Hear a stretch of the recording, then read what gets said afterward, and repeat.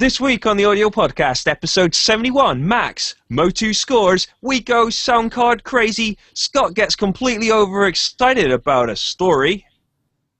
And Adam tries to think of a fizzy drink that he just can't remember the name of. There's also Fraggles, shotguns, and a whole load more this week on the audio podcast.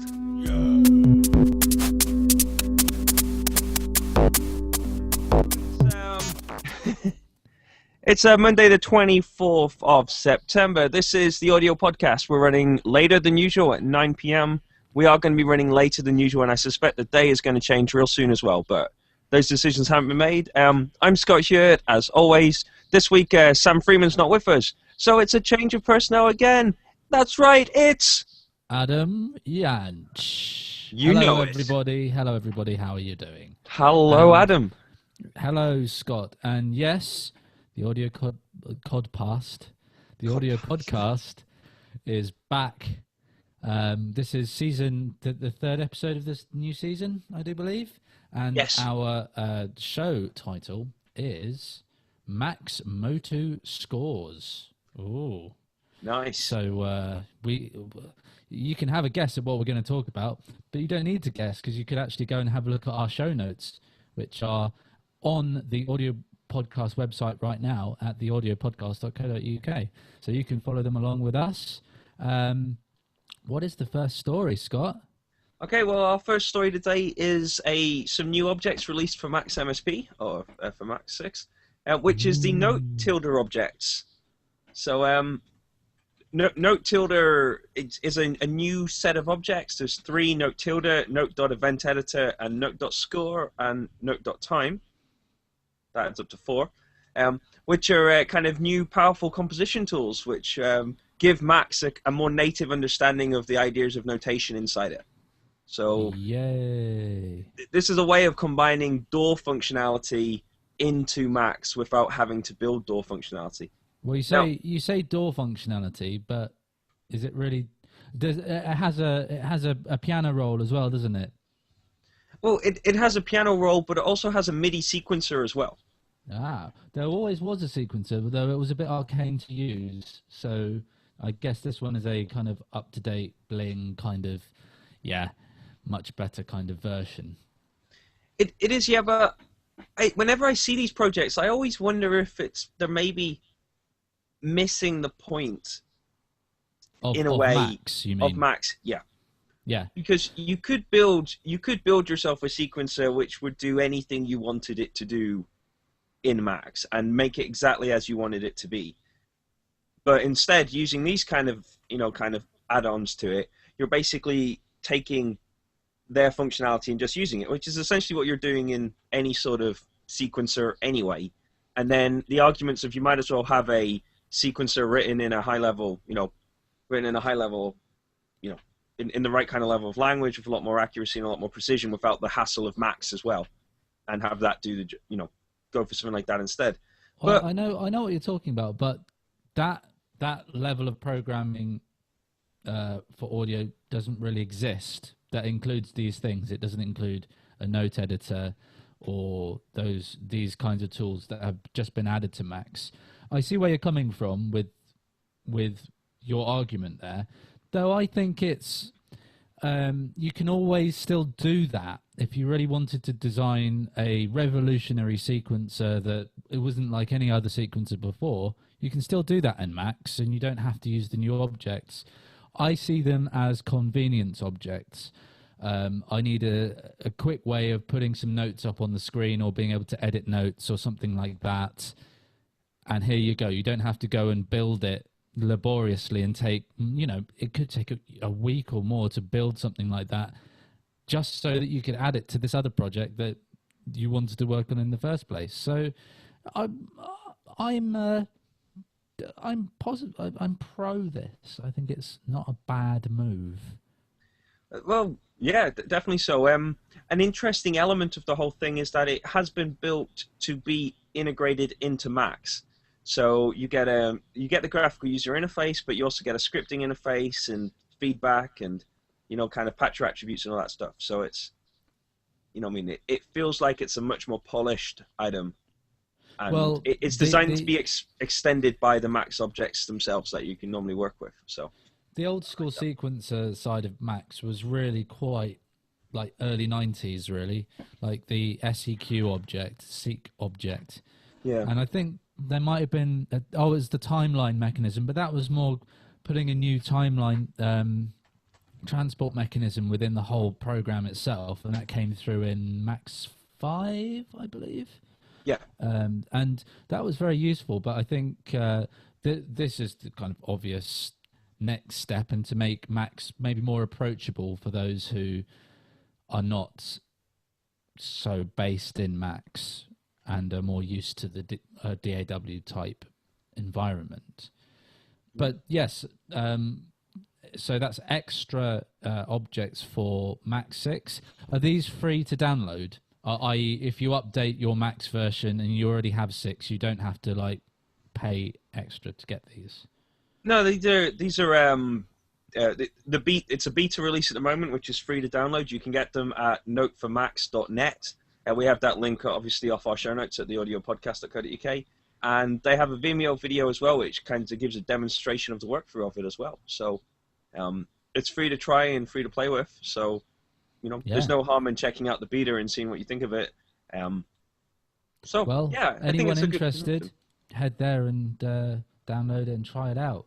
Now, go there and check it out. That's an extension to Max MSP, a kind of step up from something else. In the audio world, we are currently going through a step through different kinds of connector standard.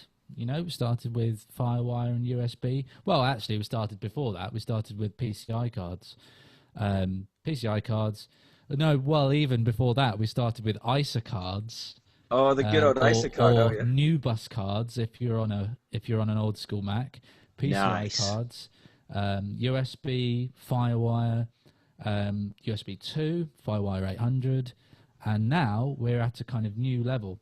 We've got USB 3 coming through faster on the PC side than on the Mac side, but the Mac, of course, has got the new Thunderbolt port and standard, and we've got some interesting news about Universal Audio providing support for Thunderbolt. Yeah, so the Apollo soundcard now comes with a Thunderbolt option card, so you can put the Thunderbolt option card and then connect over Thunderbolt. Not only does that allow you to run the sound card over Thunderbolt, but it actually then converts the Firewire ports on the sound card into kind of pass-through hubs from the Thunderbolt interface. So you can actually go from Thunderbolt into to it, but then connect Firewire 800 devices directly back to it as well. So it struck me that that's actually quite a useful additional feature that it offers as well. I love those little kinds of feature. It's like, say, for example, the RME Fireface UFX audio interface, which it has a USB connection and all this, but but you can actually use it as a way of just recording to a memory stick or these kinds of things, these little links that the audio card makers are starting to put in, because what is it all but just data that's going along a cable? And the higher you abstract it up, the easier it is to link things together. So that's a really nice little feature, effectively an inbuilt Thunderbolt to Firewire hub within your sound card. Though you have to have this sound card for that to work at the moment. I'm sure others will utilize the same little link through. It's a nice idea. This is an option card, so how much does it cost? I didn't check that bit, but I suspect it'd be a chunk of money, as the Apollo interfaces are a chunk of money as well. So there you go. Audio podcast say it's going to be a chunk of money. I like that because it's kind of specific, but also very vague at the same time. There's also a Create Digital Music article connected to this, which is about USB 3. Can you fill us in on that, Scott? Yeah, well, the CDM article is actually about the Thunderbolt option card, but as CDM often do, they're talking about some of the issues associated with it, and they make a couple of assessments which I thought were quite interesting. So basically, the premise they were arguing for was to say that Thunderbolt will end up as will end up being the kind of professional default standard. I would suggest to you probably in the way that FireWire 800 and FireWire 400 currently are. And yes, I see that happening. Why do I see that happening? Purely because Apple have removed FireWire and put Thunderbolt on, and anybody who's in the professional space and doesn't want to rely on USB is going to have to go Thunderbolt. That's a decision you're not really going to have a choice about. That's a decision that's now been made. Well, and yeah, like but the iMacs still have both kinds of port. It's the laptops that are now Thunderbolt only. That's true, but and you can still plug with the correct interconnector cable or hub. You can still connect to. Do those exist yet? It's been a running thing on the audio podcast that. What is you forget that the 27-inch cinema display exists, which provides Thunderbolt to FireWire, and now we have the the Apollo Thunderbolt option card, which also provides this functionality. I wonder neither which of them is are going cheaper. to, Which is cheaper, Oh yes, precisely. The 27-inch Thunderbolt cinema display adapter with some kind of a FireWire interface, or the Apollo, the Universal Audio Apollo with the card. That'll be an interesting one. We should come back to that next week or something like that. I think that would be kind of fun. So yes, upgrade card for Universal Audio Apollo to run Thunderbolt. Yeah. But the point they make at the end of the article is actually to say that if we consider FireWire dead, then it actually puts USB 3 into a kind of position of irrelevance from an audio point of view. Their argument being that USB 2 can handle to a satisfactory level 24-bit 96K. So then, why would we need anything? What does USB 3 offer that we would need? Well, the great thing about the USB standard so far is it's been very backward compatible as far as certainly the physicality of the interface. So you don't really necessarily notice the jump. The jump between USB 2 and USB 1 speeds was significant because there was such a large jump up. But yes, we're at a point now where you wouldn't notice the difference between USB 3 and 2. But, in 5 years' time, USB 3 will be on the motherboards of PCs. And don't forget, people make music on PCs as well as Macs. So there will be USB 3 on these, and people, the manufacturers will make USB 3 cards. They might as well, because you match it up, you might as well do it. That's what I say. Oh, certainly so. But I think the point is that even when USB 3 turns up, maybe we won't actually be able to make use of it. People just won't make use of it because they won't need the data throughput that USB 3 offers. It's the same argument, which is why FireWire 800 really struggled to take traction, because you went from FireWire 400 arguably would shift more audio than most people ever needed it to, and FireWire 800 doubled that limit, which was great for people with big hard drives or doing HD video, but for the average kind of audio person, shifting 16 channels of audio in each direction was a step that wasn't required. So well, yes, and what you'd want more of is raw processor power, so you can run more plugins. Yeah. But also factor in that the FireWire 800 port is a different physical connector to the FireWire 400 port, so there's an extra bit of. It's more difficult for the manufacturers because they have to redesign that whole the electronic side and the software side. It's more of a difficulty for us, the consumer, because we either have to find a connector cable or get a whole new card to put in the computer or whatever. And also, don't forget, there was the 4-pin FireWire as well, which was more popular on the PC side of things. They tended to use the 4-pin rather than the 6-pin FireWire. So I think it's a little bit cloudy with FireWire, but USB 3, the connectors are the same. And, you've been able to go out to PC World and buy a USB 3 hard drive for easily a year or longer. And you'll just know that you'll buy the USB 3 hard drive and there won't be a problem connecting it to the USB 2. So when the audio manufacturers come to redesign their cards, because they will have to at some point, They're going to put USB 3 in, aren't we'll they? put USB 3 in because that's what's there. That's the current USB technology. Yeah. So yeah, musings of the data transfer of audio, from NU bus and ISA all the way up to Thunderbolt. It's a shame we didn't talk about PCMIA or Express there. Express card, wasn't it? We should just, yes, I forgot them at the end. I forgot about Express 34, the well-known and very well-used Express 34 slots. That I actually did have a computer that had one of those. But did you ever use it? No, I never used the card. I did use the computer. Oh, wow. Wowzers. Well, let's segue away from sound cards, but just momentarily. We'll return to them in a moment. And just mention iShotgun, which is it's a new model of shotgun that has an electronic link between the shotgun and the computer, and it can tell you how fast your bullets are going, how your firing rate, and also when you need to reload. So it's kind of a bit like a first-person shooter, but in a real gun. Or it's a plug-in for your iOS device, which allows you to make recordings with a shotgun microphone. Ah, yes, it's that too. Yep. There we go.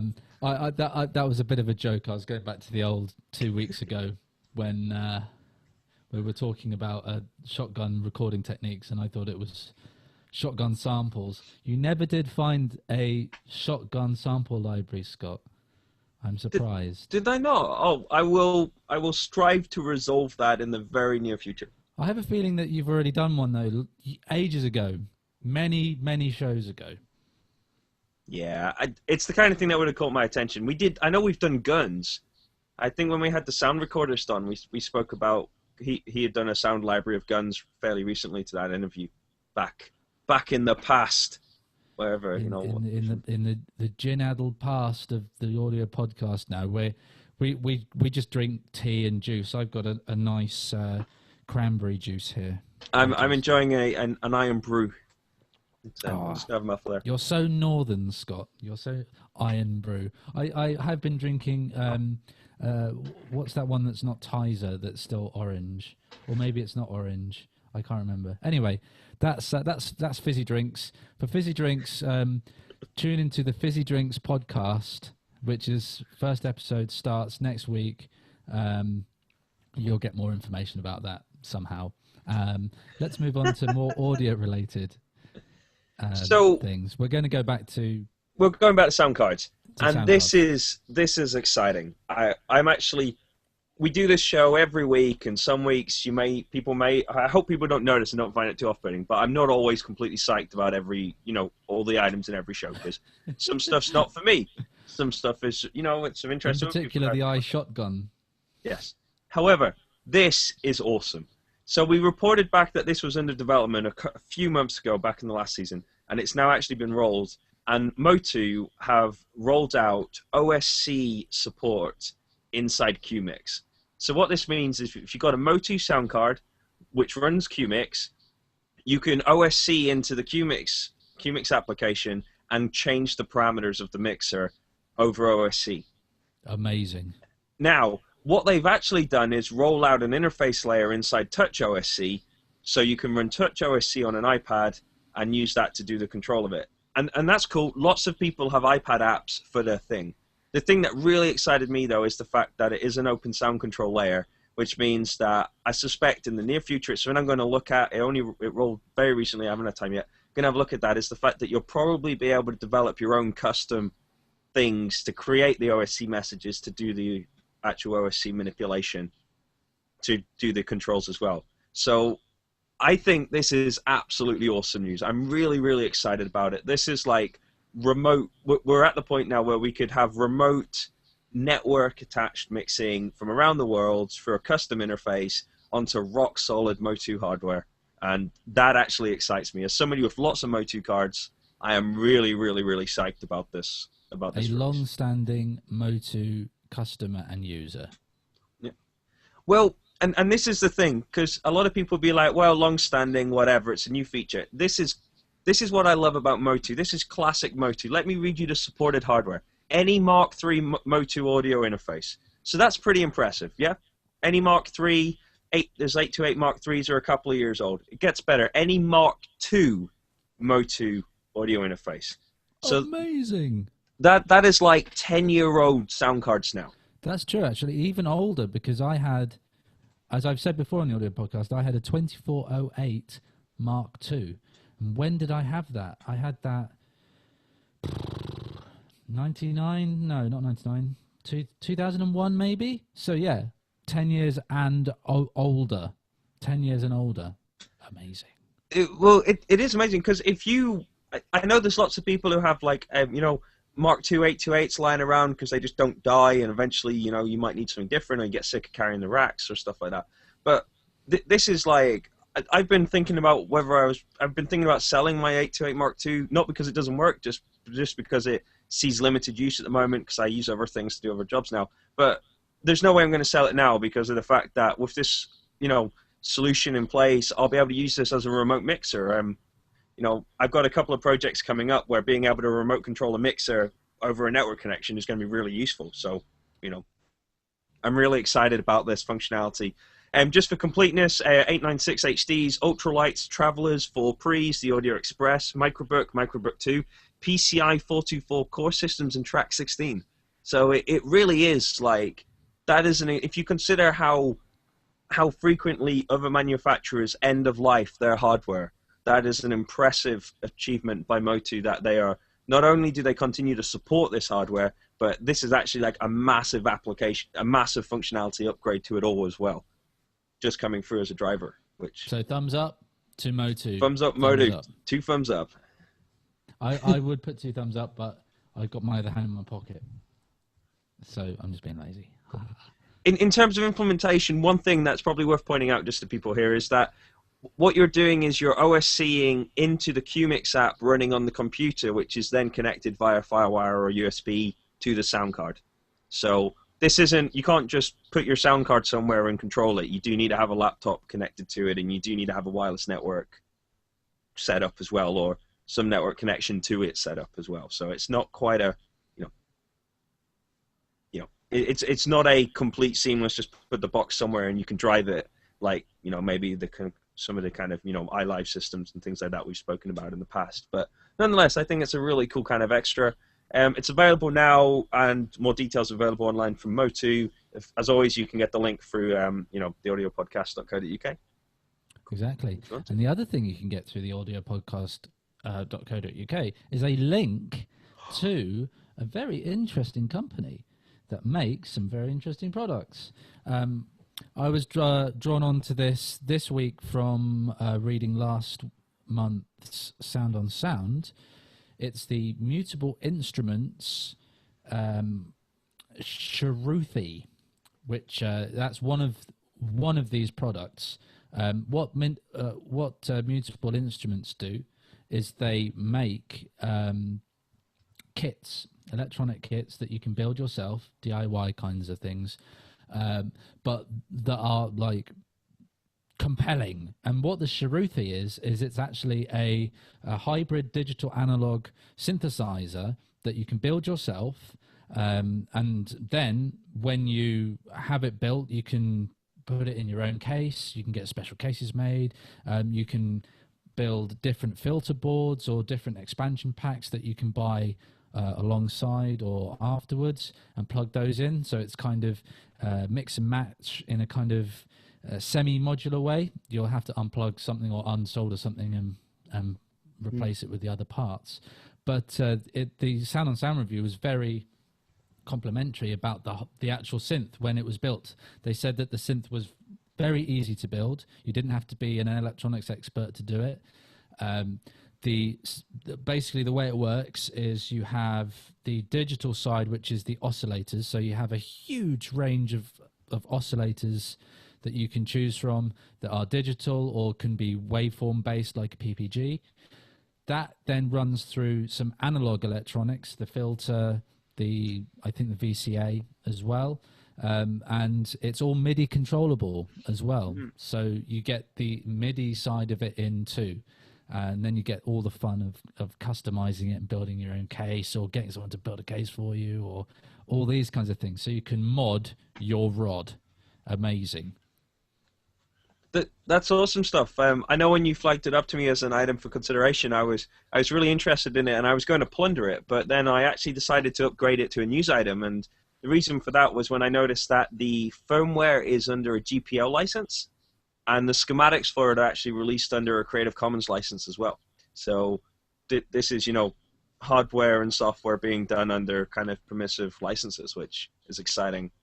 Which is exciting as well. That is definitely condoned here at the Audio Podcast. You GPL, know it is. Free stuff, all sorts of free, especially if it's free Tizer for Scott. Iron Brew. Free Iron Brew for Scott, and a tea's fine for me. So, yes, musical instruments, Sharuthi. Take a look at that, because actually the synthesizer itself is not very expensive for what you get, and I'm very likely to be buying one, because not only do I like the look of the synth, but I love building electronic stuff, so it should be really fun. So anyway, yeah, definitely check that out, and also check out the Sound on Sound review of that for more information. Yes. So leaving behind the simplest synths that could possibly rock into the ever-going rocky terrain, which is the music industry. EMI and Universal have finally been given permission by both the EU and US authorities to merge together. So, however, it's not quite as simple as that, is it, Scott? No, they've been instructed to sell off some properties that they own. So Parlophone, Chrysler, Mute, Sanctuary, and Co-op labels are all to be sold as a condition of the deal. I find it interesting because I kind of wonder who's going to buy them, actually. But I'm sure they must have a buyer somewhere, or maybe they just have to sell them for anything they can get them for, and hence they will get a buyer because they'll be very cheap. Well, let's see, because, I mean, I know that Parlophone, like all the old Radiohead stuff was on Parlophone, but there are I noticed there's lots of mid-90s indie bands, including, I think, like Supergrass and some other of those kinds of bands who are signed to Parlophone. Yeah. So the name, at least, is very significant. And I think those other sub-companies, subsidiaries, I suppose is the correct word, will also have a significant legacy as far as the records that they released and the artists they had involved with them. So even just as a brand, I would say that those ones that you put there, there'll be more, won't there? There's not just those four.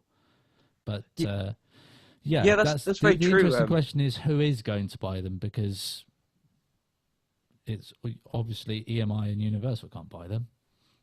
Yes, and they're the two who have been doing most of the acquisition in this space for quite a while now. It's interesting saying it does. The BBC article I linked to does kind of give some of those associations. So something that I'd completely failed to register having happened, which was that Sanctuary actually bought most of the Pi back catalogue, which is obviously a lot of 1960s stuff. And I think Sanctuary also might have been involved in buying some old Virgin stuff as well. Yep. A while back. I think some of their catalogue has gone through quite a number of hands before it finally arrived there at Sanctuary, and now it's being moved on again. Yeah, it is true. It's also interesting to remember that EMI was bought by its current owners because it defaulted on another company.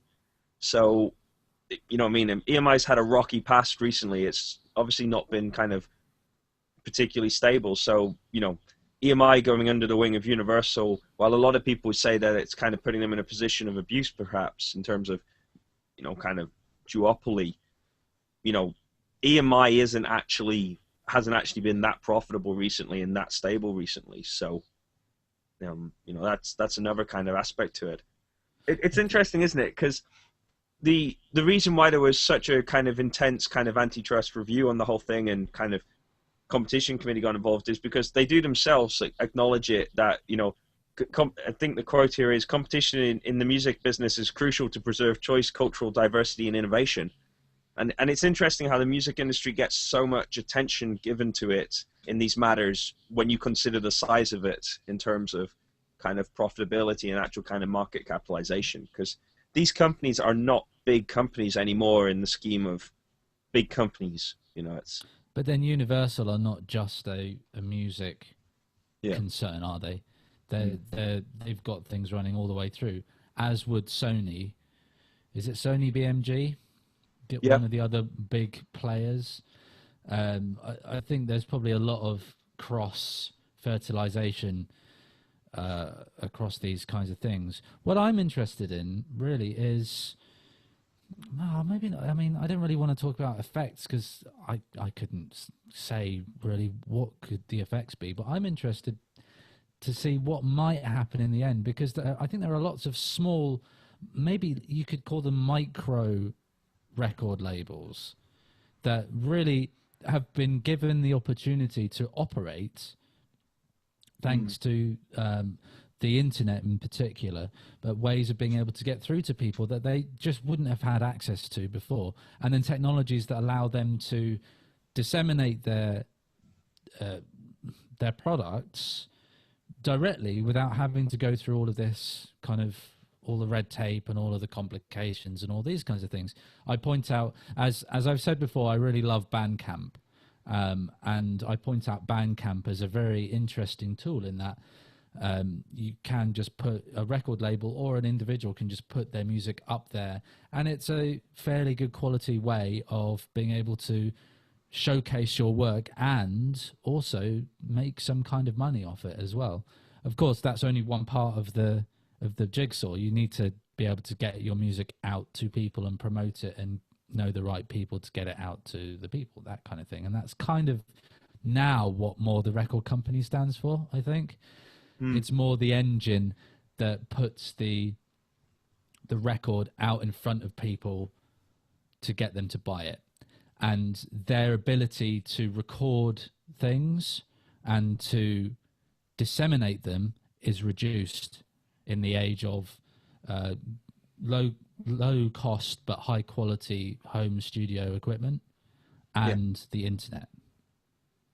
I agree entirely. I think you kind of see the activities of the major labels because they're the people they're getting their artists into, you know, getting their tracks onto feature films and appearing, you know, in the background of feature films, or getting them kind of, you know, performed on TV shows. Roles in feature films, i.e. Rihanna. Yeah. But that's what they're doing, isn't it? And I do wonder if what we're seeing here is actually the last gasps of the old style music industry trying to maintain some sort of relevance while pulling a huge financial burden behind it. And you know, it makes sense that they would end up consolidating together at this point. But exactly.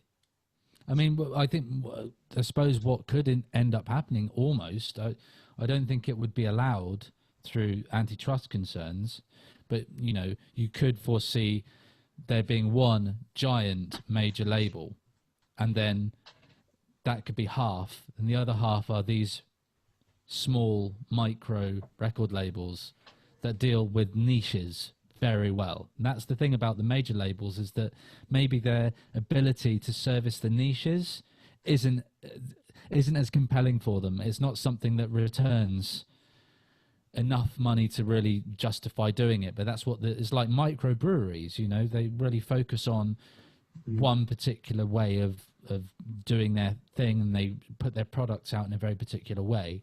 And I think micro record companies, or very small record companies, work in the same way. They service a very small niche genre style, but they do it very well because they know that they have a market, and they can. And actually, that's really kind of going across a lot of kind of the business world. It's not just in, say, breweries and record labels. I think there's a lot of that happening right now. So maybe we're in that kind of era. Interesting. Interesting indeed. Interesting indeed. Well, if you want to read more about it, you can do. The EU decision will also, you know, also exists. It's big chunk of paper if you're interested in taking a look at that as well. So it's available, you know. I was hoping you were going to say the EU is out there. You can go to the EU and they'll tell you all about it.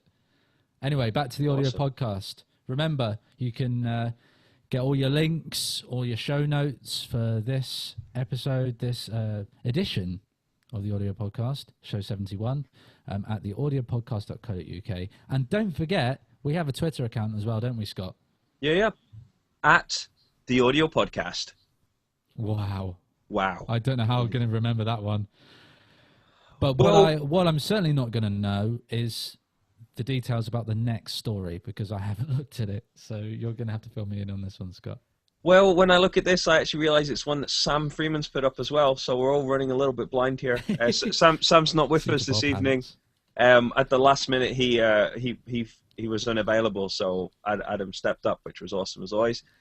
So the website, which seems to have the essence of the story as always, which is fantastic, basically reminds us that Pulsar, for Reason by Propellerhead, is free as an introductory offer until the 1st of October.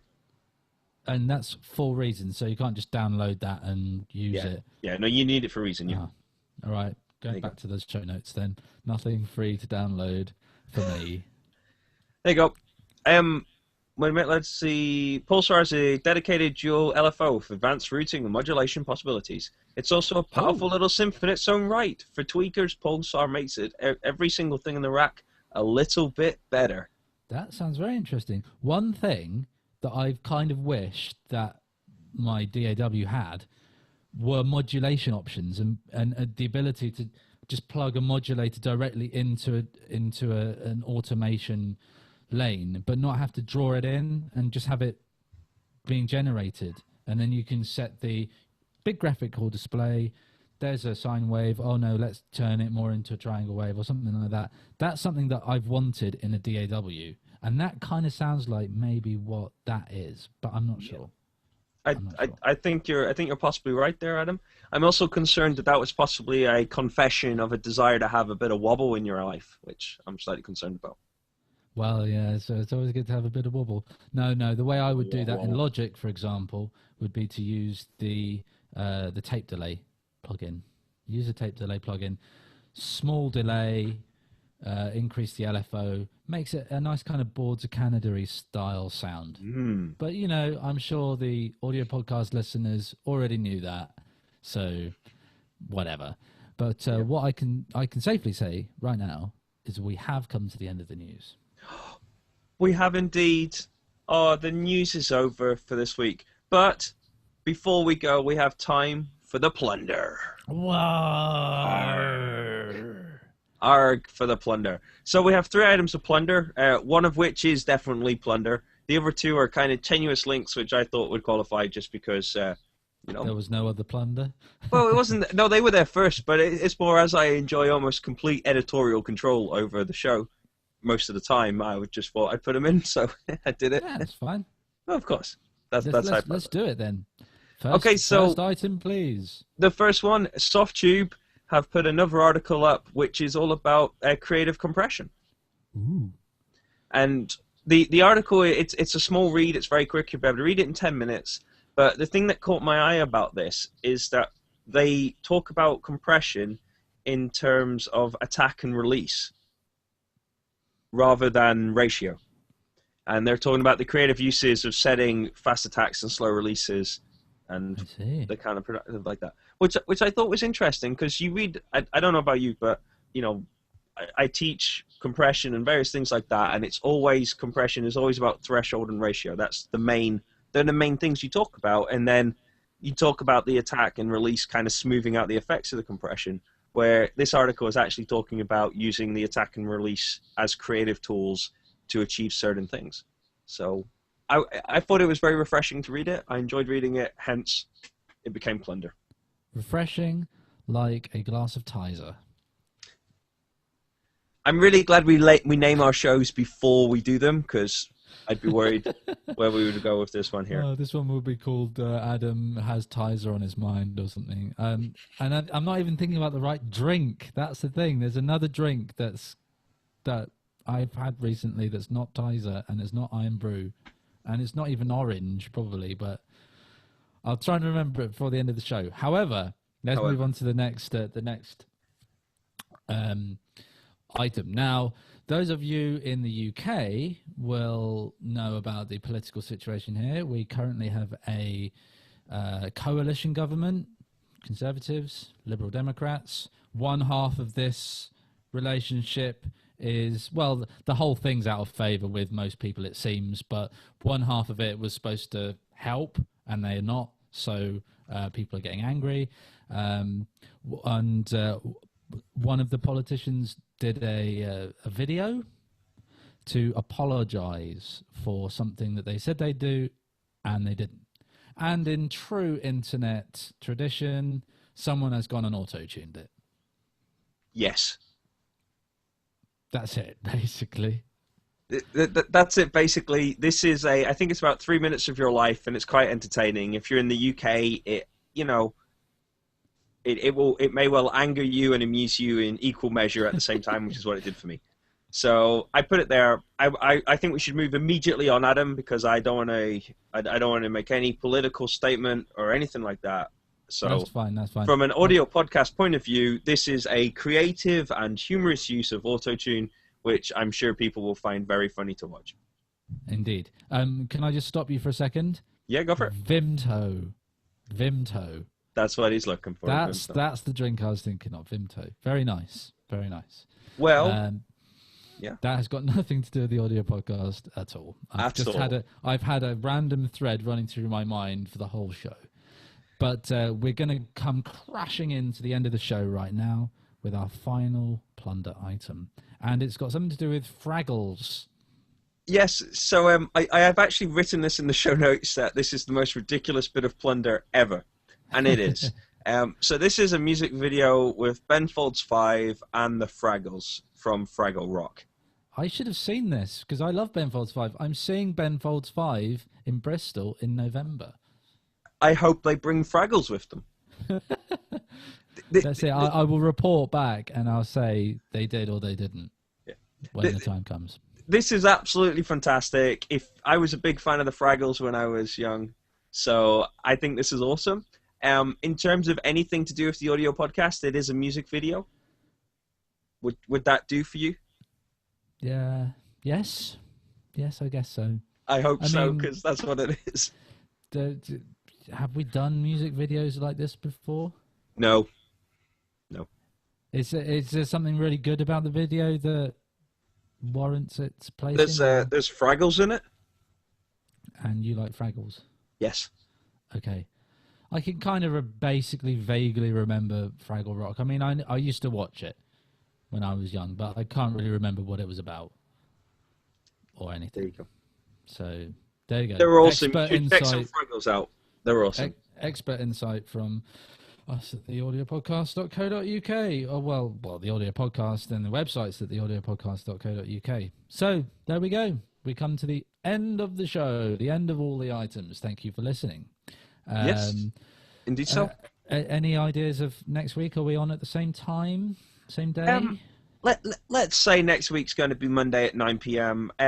The audio podcast is likely to move days eventually, but we haven't really sat down and worked out when it would move to yet. So I managed to get back here in time for 9 p.m. today, and that included trees falling over train lines and stuff. So I suspect that I can probably get back here at 9 p.m. next week. So let's go Monday 9 p.m. next week for episode 72, and that'd be cool. And if you want to come watch us, that's cool. We stream live on YouTube. You can drop into the Hangout as well. Add the audio podcast to a circle on Google Plus and let us know. And you want to come on, and hey, it's always fun to have random people drop in and out of shows. We haven't done that for a while, so maybe we could do that.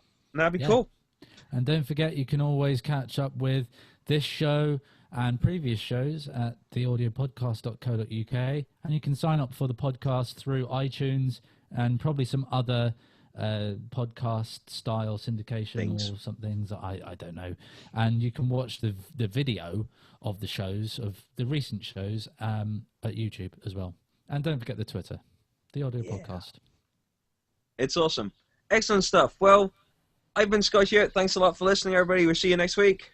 I've been Adam Yanch. I will continue to be Adam Yanch, and likely I'll see you next week as well. Thank you, the internet. Goodbye.